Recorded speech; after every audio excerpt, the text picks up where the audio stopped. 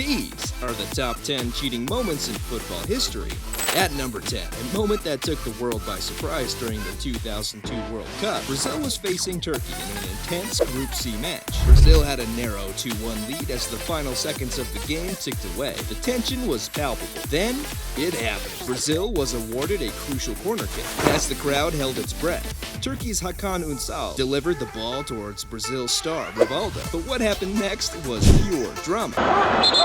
Well, it didn't hit Rivaldo in the face. It appeared as if the ball had struck Rivaldo right in the face, and he tumbled to the ground in what seemed like excruciating pain. The referee wasted no time in taking action and sent Hakan off, leaving Turkey with one less player. But the replay told a different story. It revealed that the ball had actually hit Rivaldo's leg, not his face, despite his Oscar-worthy performance. FIFA didn't take kindly to this unsportsmanlike play acting and slapped Rivaldo with a fine. A bola em cima do Rivaldo.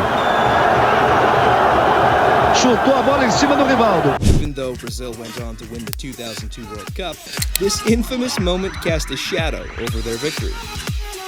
Number 9 takes us back to 2009, when Pepe was donning the white jersey of Real Madrid in Spain's La Liga in a match against Getafe CF. Tensions ran high as Javier Casquero made a dash towards the goal. Feeling the pressure, he crumbled under Pepe's intimidating presence. What happened next was shocking. Pepe unleashed a series of kicks and even stamped on Casquero in a horrifying outburst of aggression. This incident triggered a heated brawl between the two teams. Pepe ha perdido los nervios, le ha pegado una patada. The consequences were severe. Pepe received a staggering 10-game suspension for his actions. It was a moment of madness that tarnished his reputation. On the chance to score, he's brought down by Pepe. You know what the most sportsmanlike thing you could do is? Subscribing to our channel. Fast forward to 2018 World Cup, where Pepe was representing Portugal against Morocco in a group match. During the game, Mehdi Benatia lightly tapped Pepe on the back.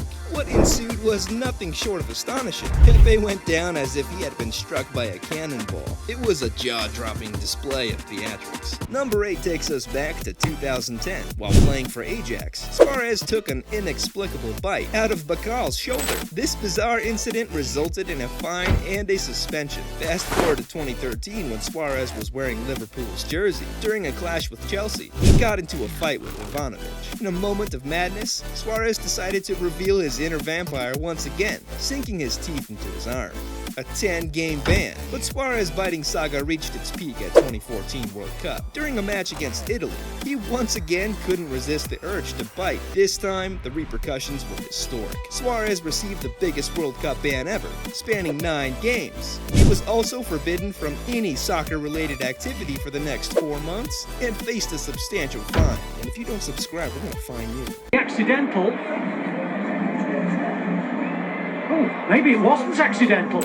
At number 7. From being a midfield maestro to a physician, and even a World Cup winning manager with Argentina, Bilardo is best remembered for his knack for bending the rules. During his playing days with clubs like San Lorenzo and Estudiantes, Bilardo had a rather unconventional strategy up his sleeve. He discreetly concealed needles in his socks. Why, you ask? Well, it turns out he would slyly stab his opponents during matches, hoping to force them into making costly mistakes. Fast forward to 2017, Federico Allende took a page from Bilardo's playbook by poking his opponents with sharp objects. A rather uncomfortable form of inspiration, one might say. But Bilardo's craftiness didn't end with his playing career. As a manager, he continued his rather dastardly ways. It's rumored that he would advise his players to put heat rub in their opposition's eyes, and he openly admitted to having knowledge that a water bottle given to Brazil's team had been tampered with during the World Cup in 1990. What a shady dude. Number 6 on our countdown takes us back to 1989,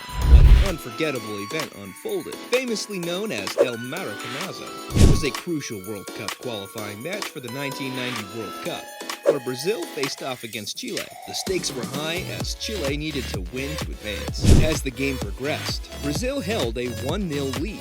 However, the match took a dramatic turn when Chile's goalkeeper, Roberto Rojas, suddenly went down. It appeared as if he had been struck by a flare thrown from the crowd. His teammates refused to continue playing in protest. But here's where things get interesting. The television cameras caught what had actually happened. Rojas wasn't hit by the flare at all. It was revealed that he had used a razor blade to inflict the injuries upon himself. This audacious act was reportedly part of a plan orchestrated by manager Orlando Aravena and the team doctor to force a match abandonment. Rojas was banned from football for life, and Chile faced a ban from participating in the 1994 World Cup, although Rojas' ban was eventually lifted. The Maracanazo scandal remains one of the most notorious incidents in football history.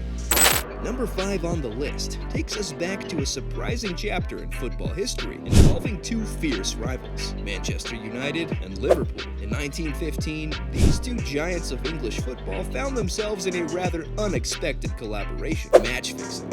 At that time, the First Division was in full swing, with Manchester United battling relegation while Liverpool had secured their safety. World War I was on the horizon.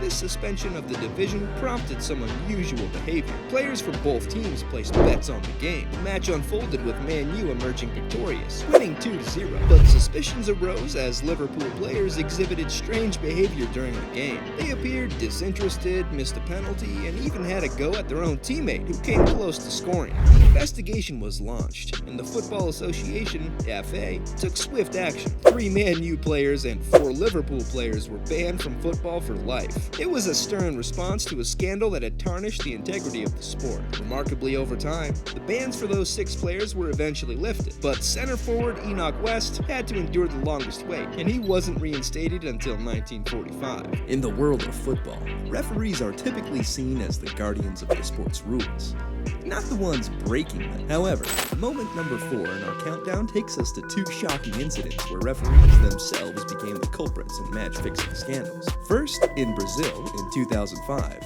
Edilson Pereira, De Carvalho, and Paulo José Danilon were involved in a scandal that rocked the footballing world. They were caught accepting payments from a gambling ring to manipulate the outcomes of the matches, including games in the Brazilian National Championship and Second Division. Several matches had to be annulled, and both referees were banned from officiating for life. But the controversy didn't stop at Brazil's borders. In the same year, Germany was taken by its own referee scandal. The main figure in this drama was Robert Heuser. He confessed to fixing matches and betting on their outcomes in cup competitions and lower-tier leagues. Heuser's actions earned him a lifetime ban from football and a prison sentence.